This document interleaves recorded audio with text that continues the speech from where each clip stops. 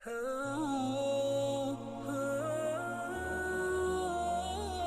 القیس کا وفد جب حضرت صلی اللہ علیہ وسلم کے پاس آیا تو آپ نے پوچھا کہ یہ کون سی قوم کے لوگ ہیں یا یہ وفد کہاں کا ہے؟ انہوں نے کہا کہ ربیعہ خاندان کے لوگ ہیں۔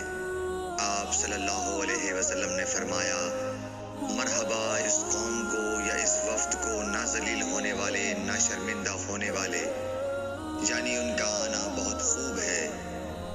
وہ کہنے لگے، اے اللہ کے رسول صلی اللہ علیہ وسلم، ہم آپ کی خدمت میں صرف ان حرمت والے مہینوں میں آ سکتے ہیں، کیونکہ ہمارے اور آپ کے درمیان مضر کے کافروں کا قبیلہ آباد ہے۔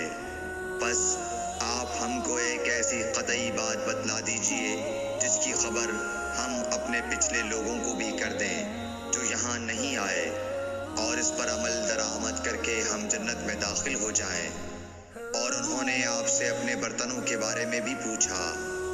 آپ صلی اللہ علیہ وسلم نے ان کو 4 باتوں کا حکم اور 4 قسم کے برتنوں کو استعمال میں لانے سے منع فرمایا۔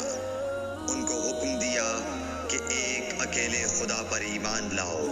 پھر آپ صلی اللہ علیہ وسلم نے پوچھا کہ جانتے ہو ایک اکیلے اللہ پر ایمان لانے کا مطلب کیا ہے؟ انہوں نے کہا کہ اللہ اور اس کے رسول ہی کو معلوم ہے۔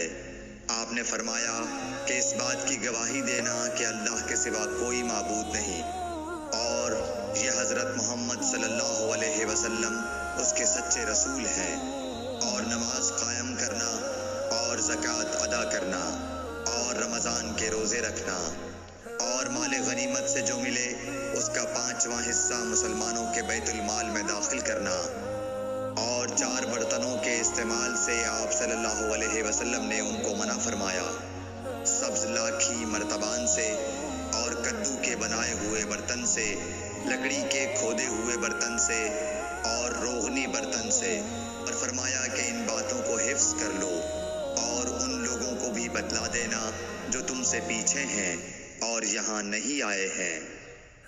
صحیح بخاری حدیث نمبر 53۔